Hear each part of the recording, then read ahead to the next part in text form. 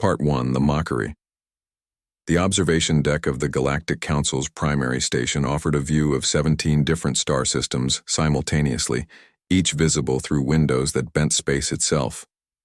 Captain Lee Daeho stood before the assembled representatives of 43 species, his hands clasped behind his back, watching Dr. Park Minji present humanity's technological portfolio to beings who had been traveling between stars when Earth was still figuring out agriculture. The presentation was not going. Well, this is your primary propulsion system. Vren's 4 eyes blinked in sequence, a gesture that Daeho had learned meant profound disbelief among the Vrenite species. The alien's crystalline exoskeleton caught the light from multiple suns, scattering rainbow patterns across the chamber floor. Chemical combustion for initial thrust, followed by nuclear fusion acceleration? You still use controlled explosions to move through space? Minji's jaw tightened, but her voice remained steady. The system has proven reliable across 14,000 successful missions. Our redundancy protocols ensure that redundancy, Quelix interrupted, the word dripping with condescension. The alien engineer's 6 manipulator limbs gestured in what appeared to be their species' equivalent of dismissive laughter. You build multiple systems because your primary systems fail so frequently. How charmingly inefficient. Laughter rippled through the council chamber. Not malicious exactly, but the kind of amusement one might express when watching a child explain how their toy spaceship worked. Daeho felt heat rising in his chest but forced his expression to remain neutral. Ambassador Choi Hyun-woo, seated at the human delegation table, caught his eye and gave the slightest shake of his head. Not yet. Patience. Minji advanced to the next holographic display showing humanity's power generation systems. Our newest fusion reactors achieve 87% efficiency with 87%, Vren repeated, and this time the laughter was open and unrestrained. Our apprentices achieve 94% efficiency with basic stellar tap technology. And you require physical containment vessels? Made of metal? Titanium carbide composite alloys, actually, Minji corrected, her scientific precision overriding her diplomatic restraint. With magnetic confinement as a secondary, she admits they use metals, a delegate from the Lothrian Collective announced to the chamber. Physical materials that degrade, fracture, and require constant maintenance. When did your species discover zero-point energy manipulation? We haven't, Daeho said, stepping forward before Minji could respond. Better that they think him ignorant than see the brilliant engineer lose her composure entirely. We've theorized it exists but haven't developed practical applications. The silence that followed was somehow worse than the laughter. 43 species regarded humanity with a mixture of pity and bewilderment. Tormak, the Galactic Council head, leaned forward in his elevated seat. His species had been spacefaring for over 2 million years, and his ancient eyes held the weight of countless civilizations that had risen and fallen under his watch. Captain Lee Daeho. Tormak's voice resonated through translation matrices that made his words understandable to all species simultaneously. Humanity made first contact with the galactic community 8 months ago. We understand that your species is young, and we make allowances for developmental differences. However, the technology you've presented today is concerning. Concerning, Elder Tormak? Daeho kept his voice level. Professional. Primitive. Vren interjected before Tormak could continue. The word we're all thinking is primitive. You build machines with moving parts that wear down. You use chemical reactions that waste energy as heat. You contain your fusion reactions with physical barriers rather than spatial manipulation. Your computers rely on electrical current passing through solid circuits. Everything about your technology is crude, inefficient, and frankly dangerous. Minji's hands curled into fists at her sides, but she remained silent. Engineer Kang Ji-won, seated at the delegation table, pulled up data on her tablet, her expression carefully neutral even as her fingers flew across the interface with barely suppressed anger. The galaxy operates on principles of harmony and advancement, Tormak continued. Every species contributes their unique perspective and capabilities to the collective knowledge. But for that contribution to be valuable, it must meet certain minimum standards. We cannot integrate technology that could endanger the established networks of communication, transportation, and energy distribution that civilization depends upon. Daeho felt the trap closing. This wasn't just skepticism. It was a formal rejection. What are you saying, Elder Tormak? I'm saying that humanity is welcome in the Galactic Council as an associate member. But full integration of your species into galactic society cannot occur until you demonstrate technological competence that meets established safety and efficiency standards, which could take centuries, Ambassador Choi Hyunwoo said quietly, finally speaking up, by which time humanity will have developed our technology independently, making this entire evaluation meaningless. Tormak inclined his head. Perhaps in that time, you will learn from the galaxy's established species and adopt more refined methods. We are not without compassion, Ambassador. We understand the position this places your species in. Do you? Commander Yoon Tae-yang stood from the delegation table, his military bearing rigid with controlled fury. You invite us to join your council, then mock everything we've built. You evaluate our technology by your standards and find it wanting, because we solved problems differently than you did. Correctly, you mean? Vren said. We solved them correctly.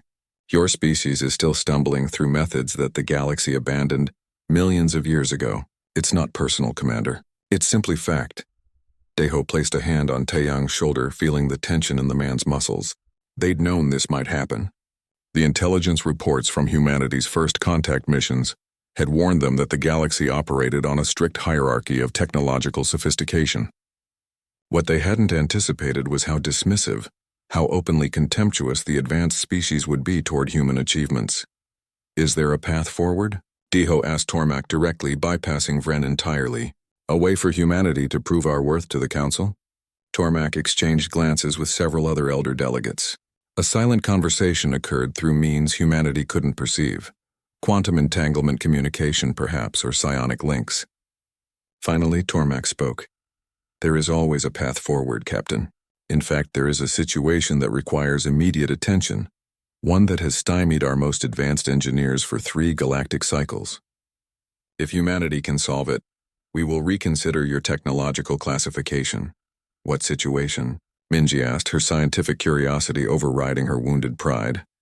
The Helios 7 system, Quellic said, and for the first time, the alien engineer's voice held something other than condescension. It held genuine concern. 5 inhabited worlds, total population of 47 billion sentient beings, orbiting a star that is dying prematurely. Our models predict complete stellar collapse in 1 galactic cycle, approximately 18 of your months. Nam Sora, who had been silent throughout the presentation, suddenly sat forward. The astrophysicist's eyes widened. That's impossible. A G-type star doesn't just collapse prematurely. What happened to it? We don't know, Tormak admitted, which is part of the problem.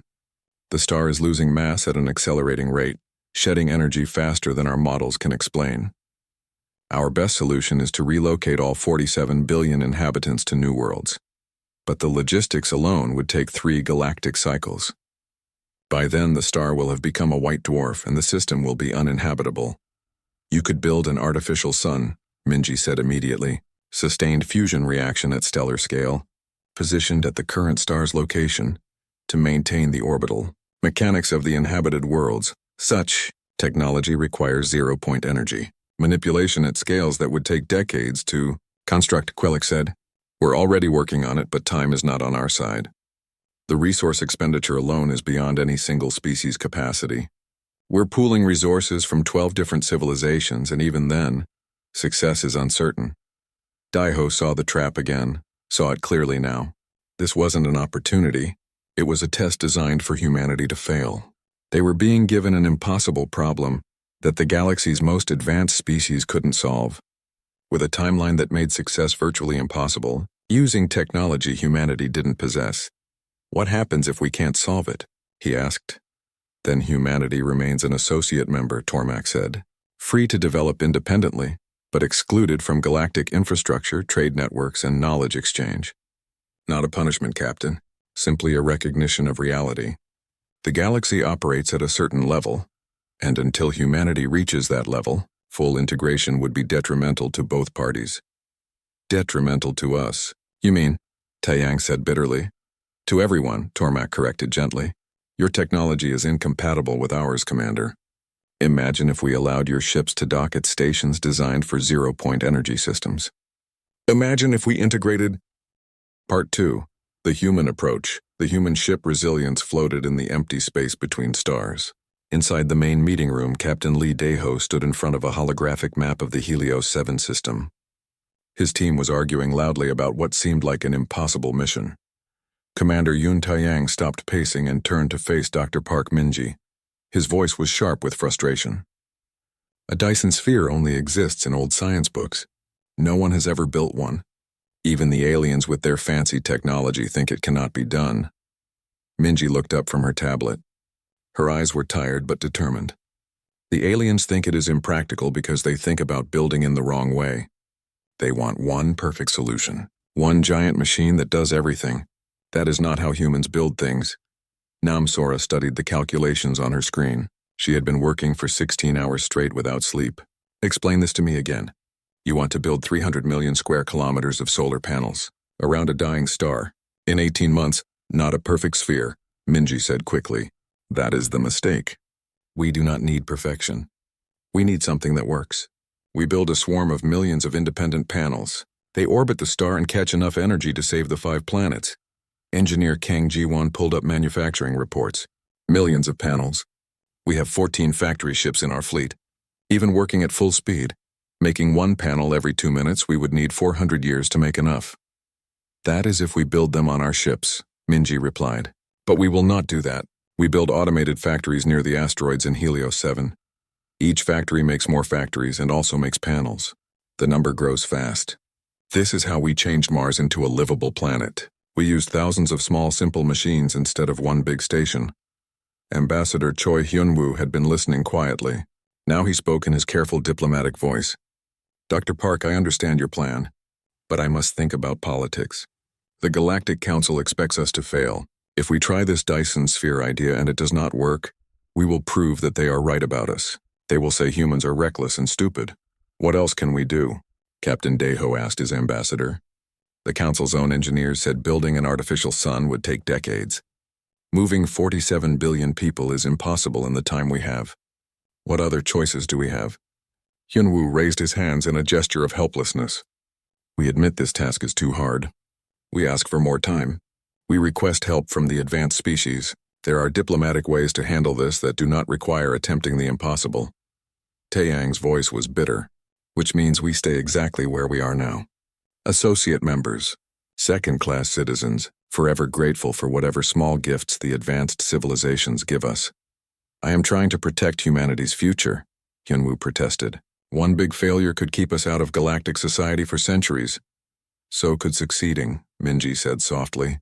Everyone turned to look at her. Think about what happens if we solve this problem using technology they called primitive. What does that say about their beliefs? What does it say about the entire system the galaxy uses to judge technology? It says we got lucky, Hyun-woo replied. Or that we are too ignorant to know when something is impossible. So we tried anyway. Or, Namsora interrupted, looking closely at Minji's calculations. It says that the human way of building things has real value that the galaxy missed.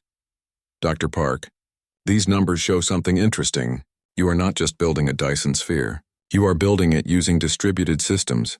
Yes, Minji said with relief in her voice. Someone finally understood. Every panel works independently. Every factory makes its own decisions. Every mining robot operates alone. If one part fails, the system continues. If 10,000 parts fail, it still works. It is not elegant.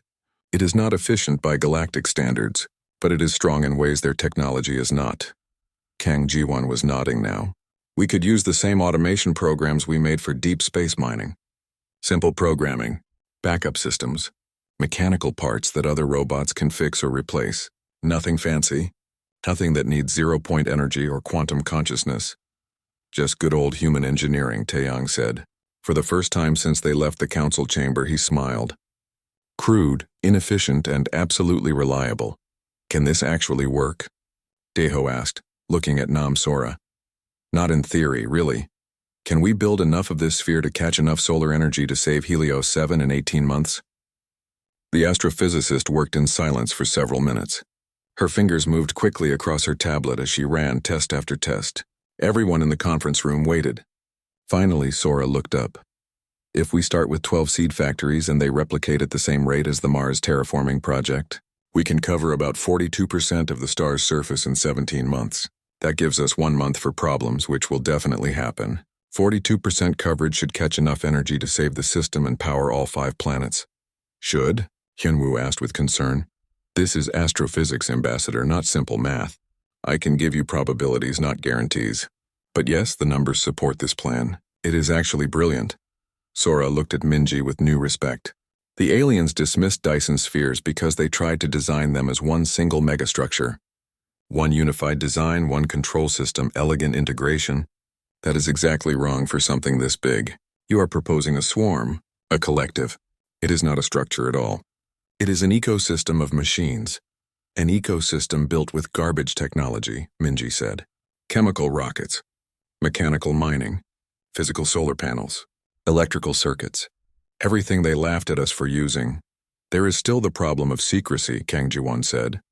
When we start building factories in Helios 7, the Council will know. They will send watchers. Quelix will come personally to watch us fail. Let them watch, Minji said confidently. Let them see exactly how primitive humanity is.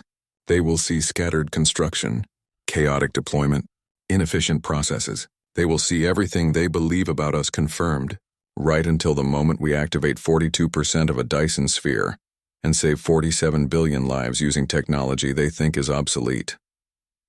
Daeho studied his chief engineer. Park Minji had been with him for 8 years.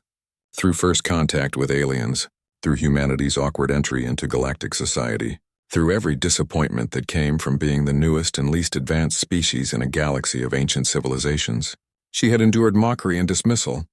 Now she was proposing something so bold, so seemingly impossible, that success would force the galaxy to rethink everything they believed about technological progress. Commander Yoon, Daeho said formally, military assessment. Can we protect this operation if other species try to interfere? Taeyang thought about it. Helios 7 is in neutral space. No species owns it. The Council gave us authority for the rescue mission. If we call everything disaster relief instead of megastructure construction, we can legally prevent interference. And honestly, I doubt anyone will try to stop us. They will be too busy laughing at our attempts. Ambassador Choi, Daeho continued. Diplomatic assessment. What happens when we succeed? Hyunwoo was quiet for a long moment. Chaos. Every belief about human technology gets challenged. Every species that mocked us has to reconsider. The Council's system for ranking technology, which has existed for millions of years, suddenly has a huge exception. We will make enemies among proud species who cannot accept being outdone by primitives, but we will also make allies among species who see opportunity in humanity's different approach. It will be complicated. But we will have full Council membership, Daeho said. If that still matters after we prove the Council's entire system is flawed, yes, we will have membership. Engineer Kang, Daeho said. Logistical assessment. Can we actually build the seed factories and start this in time? Kang Ji-won had been working on her tablet during the discussion. We have enough raw materials in the fleet for 12 seed factories. Each factory can be built in about 72 hours using our existing ships. We deploy them to good locations in the Helios 7 asteroid belt. They start mining and begin making more factories and panel parts. The critical part is getting those first 12 factories working properly. After that, it is just exponential growth. Just exponential growth, Sora repeated with a tired laugh. Just the most complex engineering project in human history, requiring perfect coordination of millions of independent units, building a structure that even advanced alien civilizations think is impractical, on a timeline that gives us zero room for error. Simple. When you say it like that, it sounds impossible, Minji admitted. But humanity has always been good at impossible things. We went from first flight to moon landing in 66 years. We built working fusion reactors when every physicist said it would take another century. We survived first contact with species millions of years more advanced without losing who we are. We are good at impossible. Daeho looked around the table at his senior staff. Minji burned with fierce determination. Kang Ji-won was already working through construction details. Nam Sora was exhausted but intellectually excited. Yoon Taeyang was ready to defend their attempt, and Choi Hyunwoo worried about consequences but could not deny the potential rewards. Part 3. Building with Scraps. The edge of the Helios 7 system looked like a graveyard of broken rocks. Thousands of asteroids drifted through the darkness, filled with metals and minerals that nobody had ever bothered to mine. This cold, empty place was where humanity decided to begin their impossible dream. Dr. Park Minji stood on the bridge of the Resilience and watched the first seed factory roll out of the construction bay. It looked nothing like the beautiful alien technology they had seen at the Galactic Council. This machine was boxy and ugly, covered in mechanical arms and old-fashioned rocket engines. Any advanced species would look at it and see nothing but junk welded together. Factory 1 is ready for launch, Engineer Kang Jiwan said from her control station. All systems look good. Starting launch now. The seed factory separated from the ship with a small puff of gas. Its chemical rockets fired and pushed it toward a cluster of nearby asteroids. Minji watched it fly away, feeling both proud and terrified at the same time. Everything they hoped to achieve depended on 12 simple machines like this one. It does not look like much, Captain Lee Daeho said quietly, standing beside her. No, Minji agreed. But it does not need to be pretty. It just needs to work. Over the next 3 days, 11 more seed factories launched into space. Each one traveled to a different part of the asteroid belt. They spread out in a careful pattern that would help them collect the most resources while traveling the shortest distances. Nam Sora watched the dying star from her science station. The star is getting worse a little faster than we thought. We might only have 16 months instead of 17. Can we still finish in time? Daeho asked with concern in his voice. Sora typed quickly on her computer. If everything keeps growing at the right speed, yes. But we have even less room for mistakes now.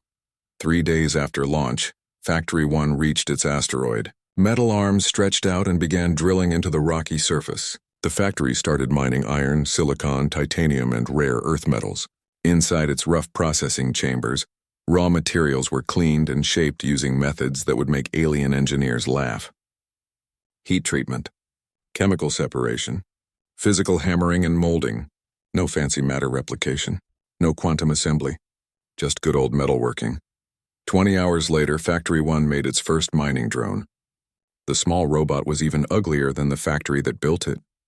It had basic cameras, simple computer programs, and mechanical tools for cutting rock. As soon as it was complete, it detached and immediately started helping with the mining work.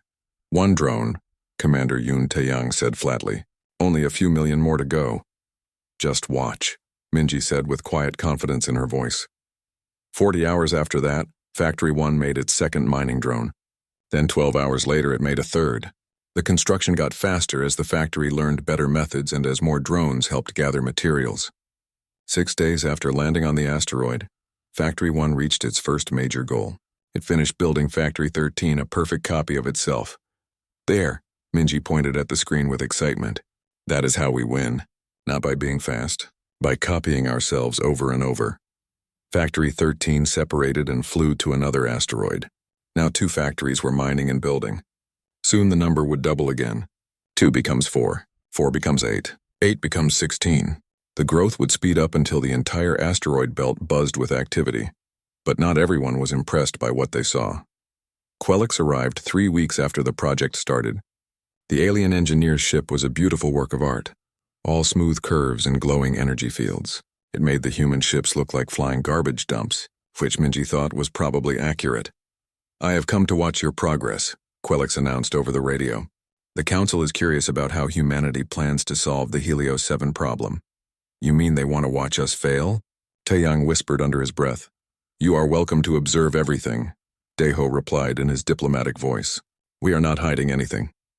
Quelix's ship moved through the construction area, scanning the dozens of factories and hundreds of drones now scattered across the asteroid belt. The aliens' confusion was clear even though they were different species. This is your solution? Quelix asked with obvious doubt. These primitive machines scattered randomly through space? There is no central control system. No unified design, no efficiency optimization. They are just mindlessly mining and building without any coordination. They coordinate perfectly, Kang Ji-won replied calmly. Each machine makes its own decisions based on what it sees around it. They share information through simple data messages. No machine is more important than any other. There is no single point of failure. But it is so wasteful, Quelix protested. Look at Drone Group 7-4. 3 drones are mining the same asteroid from different sides. They are doing the same work multiple times. Are they really? Minji pulled up detailed scans on her screen. Drone 1 is collecting iron-rich rocks. Drone 2 is gathering silicon deposits. Drone 3 is pulling out rare earth elements. They work on the same asteroid because it has all three resources in it. That is not wasted effort. That is smart optimization. Quelix looked at the data more carefully. I see what you mean. But surely one advanced drone with good sensors could collect all three materials more efficiently than three simple drones. Until that one drone breaks down, Taeyang said. Then you have zero collection happening. We have 3 drones. If one breaks, we still have 2 working at 67% of full speed. When was the last time your advanced systems had that much backup built in? The alien engineer had no answer to that question. Over the next several weeks, the construction swarm grew larger and larger. 50 factories became 100. 100 became 200. Thousands of mining drones stripped asteroids down to tiny pebbles, processing every bit of useful material. And slowly, almost impossible to see at first, the solar panels began to appear. The panels were simple compared to what advanced civilizations could make. Photovoltaic cells layered onto lightweight titanium frames, basic rocket thrusters for moving into position, simple radio systems for talking to each other.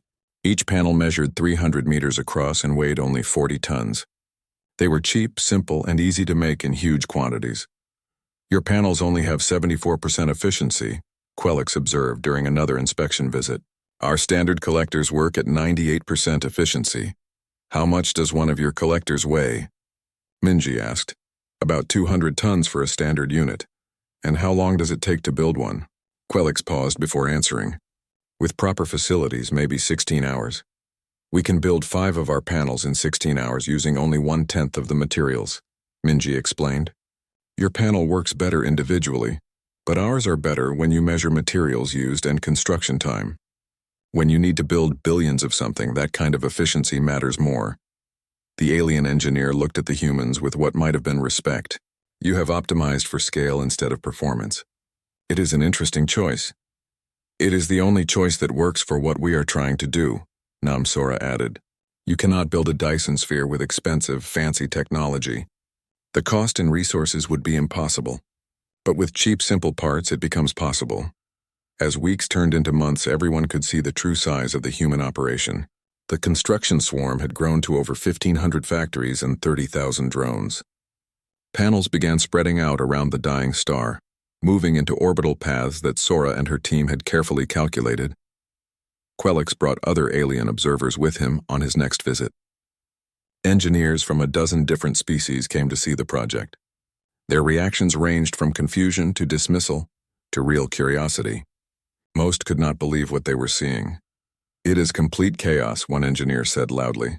There is no order to any of this. No clear structure. How do you even know where each panel should go? Local decision-making, Kang Ji-won explained for what felt like the 100th time. Each panel knows where its neighbors are located. Each panel knows what orbital path will collect the most energy without blocking other panels. They position themselves using simple math programs and constant communication with each other. But what if the math is wrong? Another alien asked with concern. Then that panel adjusts its position based on feedback from the panels around it. The system fixes its own mistakes. It adapts and learns. You keep looking for central control because that is how you build things. But we do not need central control. We need local intelligence spread across millions of machines. The most shocking moment came when a factory was destroyed. A tiny meteor, traveling at incredible speed, punched through Factory 472 and shattered it into pieces. The human crew waited nervously to see if the loss would cause bigger problems. It did not. The factories nearby noticed the loss, adjusted their production schedules a little bit to make up for it, and kept working. Within 6 hours, a replacement factory was built. The swarm had healed itself without any human help at all. That is remarkable, Quelix admitted with surprise in his voice. A centralized system would have needed extensive reprogramming and rebalancing. Yours just... Part 4. The Swarm Awakens Month. 7 of the project brought changes that nobody had fully expected. The construction swarm had grown beyond just big numbers. It had become something different, something almost alive in its own mechanical way. Dr. Park Minji watched the computer displays on the resilience bridge with both pride and wonder in her heart. Over 4 million drones now worked throughout the Helios 7 system. 8,000 factories built new parts every single hour, And around the dying star, 2,300,000 panels formed a growing shell of energy collectors. We are growing faster than we predicted, engineer Kang Ji-won reported from her station. We thought we would reach this level in month 9. We are 2 whole months ahead of schedule. Captain Lee Dae-ho studied the numbers on his screen carefully. Why is that happening? What changed to make us faster? The system learned how to be better at its job, Nam Sora said from her science station. She pulled up complex data showing how the machines talk to each other. Look at this information. 3 months ago, the average drone made 17 decisions every hour. Now the average drone makes 43 decisions per hour. They are not just following their basic programming anymore. They are improving it in real time as they work. Is that a problem we should worry about? Commander Yoon Tae-young asked. His military training made him suspicious of anything that changed from the original plan. No, this is not a problem at all, Minji said quickly to reassure him. This is exactly what we hoped would happen. Each individual machine is simple on its own. But when millions of them work together and share information constantly, the group as a whole becomes smarter. The swarm is learning the most efficient ways to build things through experience. Ambassador Choi Hyun-woo had been quiet during the morning meeting. Now he spoke up with concern in his voice. Should we inform the Galactic Council about this development? They might become worried about autonomous machines operating on this scale, without direct human control over every action. We are not hiding anything from them, Dae-ho replied firmly. Quelix and the other observers can see all our data whenever they want. If they have concerns about safety, they can tell us directly. As if someone had called his name, Quelix's voice came through the radio communication system. Human ship resilience, this is Engineer Quelix asking permission to dock with your vessel. I have brought someone very important who wants to see your work with their own eyes. Permission granted, Dae-ho said. Docking Bay 3 is cleared and ready for your arrival. 30 minutes later, Quelix walked onto the bridge with a being the humans had never met before. This alien was huge, easily 3 meters tall with 6 arms and legs. Its body was covered in something that looked like living metal. Waves of colored light flowed across its surface in beautiful shifting patterns. This is Master Builder Tan, Quelix said with deep respect in his voice, the greatest construction engineer in the entire galaxy. Builder Tan has personally designed 17 orbital space stations, 4 complete planetary terraforming projects, and even the Galactic Council's main station that you visited. Tan's voice came through the translation device as a deep, powerful rumbling sound. I came here because I did not believe the reports I heard. A Dyson sphere built in less than a year using mechanical machines and simple automation. It is completely absurd. It should be utterly impossible. Yet here I am standing on your ship, and the data I see does not lie. You are welcome to inspect and examine everything as closely as you want, Minji said confidently. She was not scared or nervous at all. If anything, she was excited to show their work to someone who might actually understand what they had achieved. Tan spent 6 full hours reviewing every part of the project in great detail. The master builder examined factory designs, studied panel specifications carefully, analyzed how the swarm machines communicated with each other, and watched construction operations happening in real time.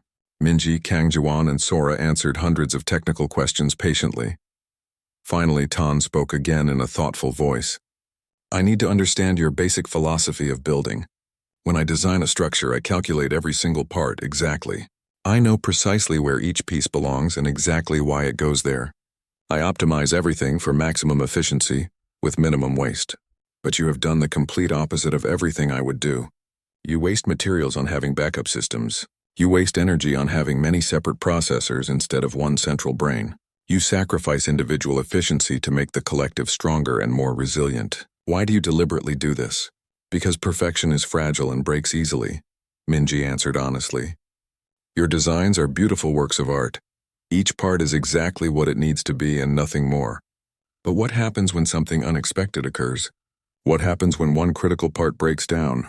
We build with materials and methods that prevent failure from happening, Tan said with confidence. But failure still happens anyway, no matter how careful you are, Kang Ji-won added. We saw it happen in our own work many times. Tiny meteors hit things and destroy them. Solar flares damage delicate equipment. Manufacturing processes make occasional mistakes. In a project this huge, spread across time periods this long, failure will definitely happen eventually, so we do not try to prevent failure completely, which is impossible. Instead, we build systems that can survive failure and keep working anyway. Tan stayed silent for a long moment. The patterns flowing across the alien's metal surface moved much faster than before, which the humans had learned meant deep thinking. You are saying that by accepting imperfection as inevitable, you achieve greater overall reliability than by chasing impossible perfection. Yes, exactly right, Sora said with an enthusiastic smile. It is a completely different philosophy of engineering. Not better or worse than yours, just different and suitable for different purposes. Show me your production process in detail, Tan requested with genuine interest. I want to watch how one of your factories builds a complete panel starting from raw asteroid rock. They took Tan on a small shuttle to Factory 729, one of the newer production facilities. The factory was a confusing maze of mechanical arms, moving conveyor belts and processing chambers. It looked messy and chaotic compared to the clean, orderly facilities that advanced civilizations used. Tan watched carefully as raw asteroid material entered one end of the factory. Chemical processes separated different elements from each other. Heat treatment made metals pure and strong. Mechanical presses shaped the components into proper forms. Assembly arms put all the pieces together carefully. At the far end of the factory, one completed solar panel rolled out every 8 minutes like clockwork. This is remarkable to witness, Tan said with wonder and respect. This is basically the same manufacturing process that humans have used for centuries of your history. Chemical refinement, physical assembly, mechanical automation. You have not invented completely new methods from scratch. You have simply scaled up and perfected old methods to extraordinary new levels that nobody thought possible. That is the human way of doing things, Deho said with pride in his voice. We rarely invent totally new approaches to difficult problems. Instead, we take old ideas that work and push them much further than anyone thought was possible. And the panels themselves are so elegantly simple, Tan continued, studying a newly finished panel through the shuttle window. Photovoltaic cells for energy collection, metal frame for structure, small rocket engines for positioning, radio equipment for communication. Nothing sophisticated or complex, just basic components put together efficiently in a proven design. Each panel costs about 4,000 credits worth of materials and energy to manufacture, Kang Ji-won explained. An advanced energy collector like the ones you build would cost about 90,000 credits to produce. We can build 22 of our panels for the same price as one of yours. But mine works more efficiently per single unit, Tan pointed out. That is absolutely true, Kang Ji-won agreed. But efficiency per unit does not matter much when you are building millions of units. Total resource efficiency is what really matters at that scale. How much energy can we collect for each ton of materials we use? By that measure, our crude simple panels win easily. Tan studied the humans carefully with what looked like growing respect and admiration. You have forced me to reconsider basic assumptions about engineering that I have held as truth for 3,000 years. I have spent my entire very long life building structures across the galaxy. I have always pursued perfection, elegance, and optimal solutions in everything I create. And here you stand before me, having accomplished in 7 months what I would have confidently said was completely impossible, using methods I would have quickly dismissed as wasteful and inefficient and wrong. We learned something important from the galaxy too, Minji said honestly and humbly. When we first joined the council and saw your amazing technology, we felt inferior and backward. We thought we were doing everything wrong because we were doing everything differently from how you do things. But this project taught us that different approaches have real value. Your elegant solutions work. Part 5. The sphere completes. The final 3 months of construction became something nobody had expected at the beginning. What started as a desperate attempt to prove humanity's worth transformed into a demonstration that changed how the entire galaxy thought about technology itself. Captain Lee. Deho stood on the observation deck of the Resilience, watching the Dyson sphere take its final magnificent form. The view was absolutely breathtaking. Millions of panels caught the light of the dying star, creating a shimmering shell that sparkled like countless diamonds scattered across the darkness of space. Each individual panel was a simple piece of human engineering. Together they formed something truly magnificent. Current coverage is at 40%, Engineer Kang Ji-won reported from her station. Her voice carried deep exhaustion but also fierce pride. 2 more percentage points to go before we reach our goal. Estimated completion time is 48 hours from now. Dr. Park Minji looked at the numbers displayed on her screen and felt emotion she could barely put into words. 11 months ago, the Galactic Council had openly mocked humanity. They had called human technology primitive garbage that had no value. They had given humanity an impossible task, fully expecting complete and embarrassing failure. And now, with just 48 hours remaining, humanity was about to succeed beyond anyone's wildest imagination. The energy output is completely stable across all collection points, Nam Sora announced happily from her science station. All 5 worlds are receiving full power without interruption. We even have enough surplus energy to begin charging the emergency reserves that the planetary governments requested for safety. Commander, Yun Taeyang watched the tactical displays that showed the positions of hundreds of alien observer ships scattered throughout the system. Every major species in the galaxy had sent official representatives to witness the final stages of construction. Some came out of simple curiosity. Others came desperately hoping to understand how humans had achieved the seemingly impossible. A few probably still secretly hoped to see humanity fail spectacularly at the last possible moment. We have an incoming communication from the Helios 7 planetary governments, the communication officer announced. They are requesting permission to broadcast a message directly to the human fleet. Put them through to the main screen, Deho said. The main viewing screen changed to show 5 different leaders, one representative from each of the inhabited worlds. They were all different species with different appearances, but their expressions of deep gratitude needed absolutely no translation. Captain Lee Deho and all the brave people of Earth, one leader began with emotion in his voice. We do not have adequate words to express our thanks. 11 months ago, our best scientists told us our sun was dying prematurely. They said we had less than 2 years before our worlds became frozen tombs of ice. We prepared ourselves for the complete end of everything we had built over thousands of years of civilization. Another leader continued the thought. Then humanity came to help us, a species we had never even heard of before, a species using technology we did not understand or recognize, and you promised to save us using methods that seemed completely impossible to achieve. Many of us did not believe you could succeed, a third leader admitted with complete honesty. We saw your simple machines and crude methods of construction. We heard the advanced species openly mock your efforts and laugh at your plans. We thought you were incredibly brave but ultimately doomed to fail. We made backup plans to evacuate as many people as we possibly could, sadly accepting that billions would inevitably die. But you did not fail at all, the fourth leader said with wonder and amazement in her voice. You built something that will be remembered and celebrated for millions of years. You saved 47 billion lives from certain death. You gave our children and their children and all future generations a real future. How can we ever possibly repay such an enormous debt? The fifth leader spoke last with deep feeling. The Galactic Council gave you an impossible test to fail. They fully expected you to give up quickly or die trying foolishly. Instead, you taught the entire galaxy that pure technological advancement is not the only measure of true capability. You showed us all that determination, creativity, and resilience matter just as much as elegant technology. Thank you from the bottom of our hearts. Thank you for our lives and our future. The human bridge crew stood together in respectful silence. Minji felt tears forming in her eyes but did not try to hide them at all. This was what it had all been for. Not to prove humanity was somehow superior, not to show off arrogantly, just to save lives using whatever tools they had available. We are deeply honored to help, Deho replied with sincerity and humility. Humanity knows what it means to face extinction. We know what it means to fight desperately for survival against terrible odds. We are very glad we could give you and your people a real future.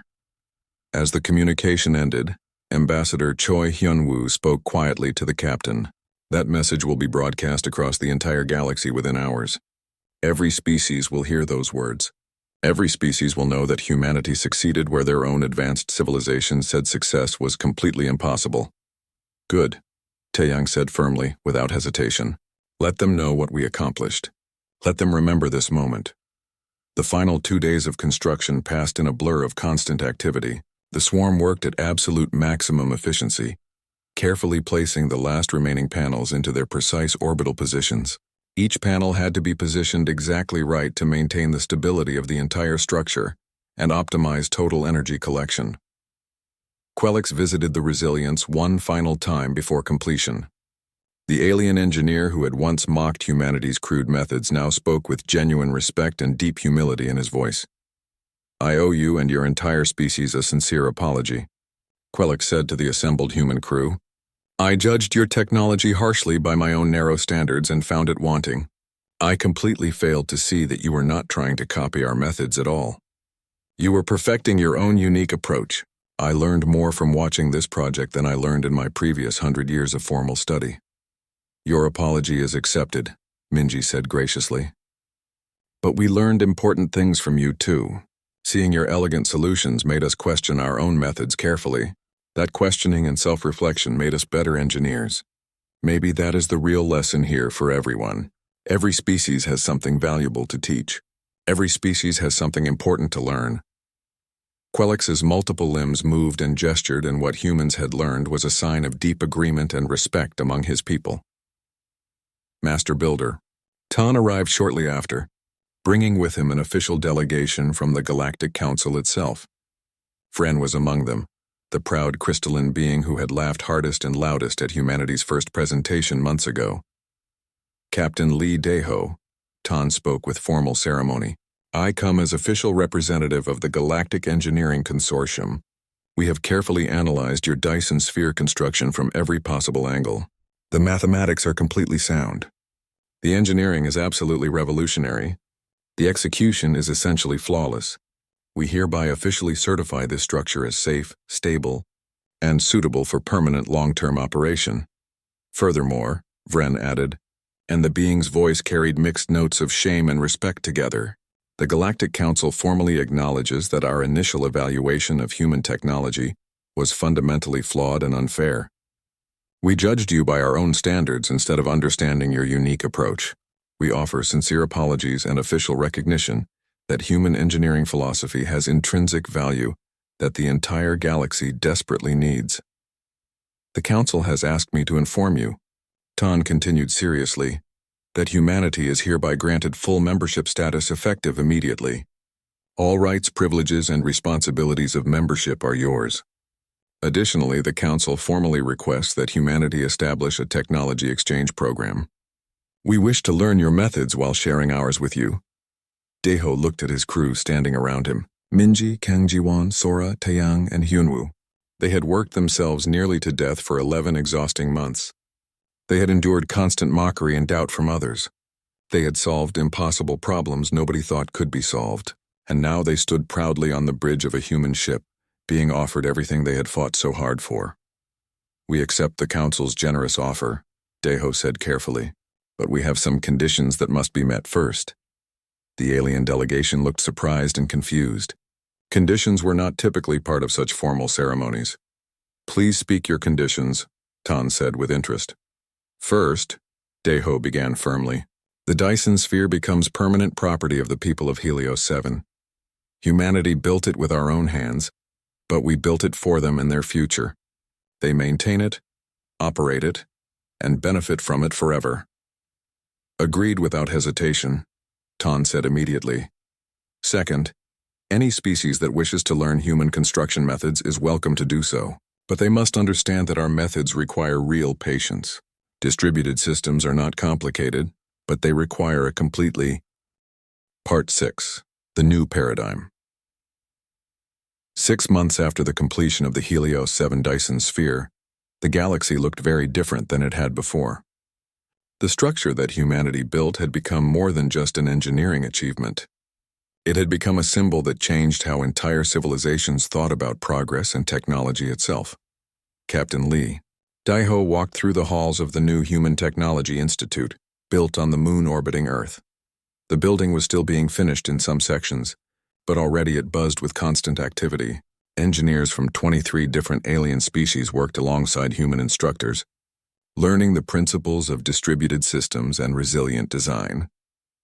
The Vexari delegation arrived this morning, Engineer Kang Ji-won reported as she walked beside him. They want to completely rebuild their orbital factories using redundant systems. They say their current facilities are too fragile and break too easily. How many students are enrolled now? Daeho asked. 472 from species across the galaxy. More applications arrive every day. We cannot keep up with all the requests for classes. Deho smiled at that. 1 year ago, the galaxy had laughed at human technology and called it worthless garbage. Now species were waiting in line to learn from humanity. The irony made him happy. In one of the main classrooms, Dr. Park Minji stood in front of a mixed group of humans and aliens. She was explaining the philosophy behind the Helios 7 project using simple diagrams and demonstrations. The key is accepting that failure will happen, Minji said to the attentive class. Advanced civilizations try to prevent all failure through perfect design. But perfect design is impossible at large scales. Instead, we design systems that survive failure and keep working. A Lothrian engineer raised one of its arms. But does that not waste resources? Building extra parts that may never be used?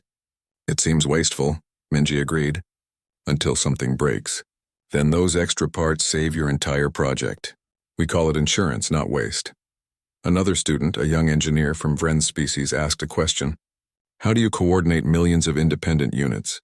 Our civilization has always used central control for complex projects. You do not coordinate them, Minji explained patiently. You give each unit simple rules for making decisions. You let them talk to nearby units. The coordination happens naturally. Watch this. She started a demonstration showing virtual robots following basic rules. At first, their movement looked random and messy. But slowly patterns appeared. The robots organized themselves into efficient working groups without any central command telling them what to do. That is amazing, the young Vren engineer said with wonder. The order comes from the bottom up instead of top down. Exactly, Minji said with a smile. That is the fundamental difference in our approaches. In another part of the galaxy, Nam Sora was working with Quelix on something completely new. The two scientists stood in a research station, looking at designs that combined human and alien technology in ways neither had imagined before. If we use your distributed control with our zero-point energy collectors, Quelix said excitedly, we could build power networks that are both efficient and tough. The best of both approaches, Sora agreed. Your technology provides high efficiency. Our methods provide reliability and adaptability. This is what the galaxy needed, Quelix said. Not for one species to prove they are better, but for different species to learn from each other and create something better together. They worked together on the hybrid design, combining elegant alien energy systems with human redundancy. The result was something neither could have made alone. It was more efficient than pure human technology. It was tougher than pure alien technology. It was true collaboration. Back on Earth, Commander Yun Taiyang met with military representatives from the Galactic Defense Coalition. The coalition had become very interested in human tactics after seeing how the construction swarm survived the massive solar flare. Your military works like your engineering, one admiral observed. Distributed command. Local decisions. Backup systems everywhere. Yes, Taiyang confirmed. A military that depends on central command is vulnerable. If you destroy the command center, the whole force collapses. But a force where every unit can act independently is much harder to defeat. We would like to study these methods, the admiral said. Not to copy them exactly, but to understand and adapt them. We will share, Taiyang replied. On one condition. The knowledge is used for defense, not conquest. Humanity did not build the Dyson sphere to show power. We built it to save lives. That is the spirit we want to keep. The admiral agreed seriously. Your condition is acceptable and honorable. Ambassador Choi Hyunwoo spent his days at Galactic Council headquarters, now representing humanity as a full equal member. The political situation had changed dramatically after Helios 7. The proposal before the Council today, Hyunwoo announced during a session, is to create the Collaborative Innovation Initiative. This program would encourage species to share their technology approaches freely, not to replace their own methods but to learn and adapt ideas from each other. A wise proposal, Tormak said from his high seat. The ancient council head had watched civilizations rise and fall for millions of years. For too long, the galaxy has been stuck. Species reach a level of advancement and then stop improving. They perfect what they know instead of exploring what they do not know. Humanity reminded us that there is always more to discover. Vren spoke up from the council floor. I support this completely. My species spent millions of years believing our technology was the best possible.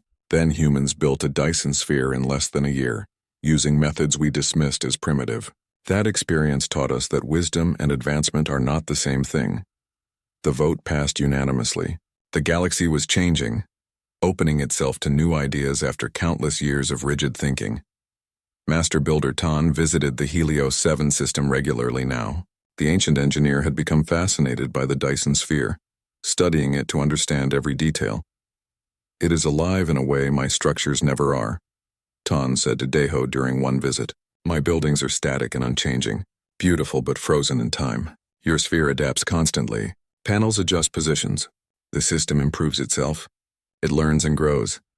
That is because we built it to be alive," Deho explained. "Not thinking but adaptive, capable of responding to changes without needing constant updates from us." "I have started using these ideas in my own work," Tan admitted. "My latest habitat design includes distributed control and redundant systems. It is not as elegant as my old work, but I believe it will last longer and serve people better." "That is the goal," Deho said. "Not elegance for its own sake, but functionality that serves real needs." On the 5 worlds of Helios 7, life flourished in ways people thought impossible 1 year before. The Dyson sphere provided endless clean energy. Cities expanded. Industries grew. The population that faced extinction now faced unlimited possibilities. A memorial was built on the largest world, dedicated to humanity and their gift. Millions of people visited it every year, looking up at the sphere above and remembering that a species they never heard of had saved them all.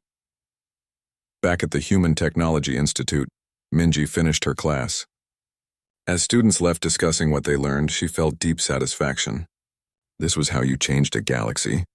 Not through force, not through showing off, but through teaching, sharing, and working together. Kang Ji-won found her in the classroom. "We have a new request. The Zenthari Consortium wants to build a Dyson sphere around their dying star. They are asking if humanity will help. Will we build it for them?" Minji asked. "No. They want to build it themselves using our methods. They are asking for advisors and teachers, not builders." Minji smiled. "Even better. That means they learned the philosophy, not just the techniques. Tell them yes. We will send a team." As Minji left the institute and looked up at the stars, she thought about how far humanity had come. 18 months ago, they were the newest, least advanced species in the galaxy. Now they were teachers, partners, and equals. The Helios 7 Dyson sphere still hung in space, billions of simple panels working together to do the impossible. It would be there for millions of years, a monument to what could be achieved when someone refused. To accept that different meant inferior. Deho recorded a final entry in his personal log that night. "The Helios 7 project changed everything for humanity. We proved our worth not by becoming like other species, but by being ourselves. We showed that crude can work, that simple can be powerful, that different approaches have value. But more importantly, we changed the galaxy. We showed ancient civilizations they could still learn. We reminded everyone that advancement is not a destination, but a journey. There are always new ways to solve problems, always new ideas to explore. The Dyson sphere we built is not just a structure. It is a symbol, a reminder that when species work together and learn from each other, they can achieve things none could do alone." Humanity came to the galaxy as students hoping to learn. We became teachers sharing what we knew. But the best part is that we are all still students, still learning, still growing. They called our technology garbage. They mocked our methods. They gave us an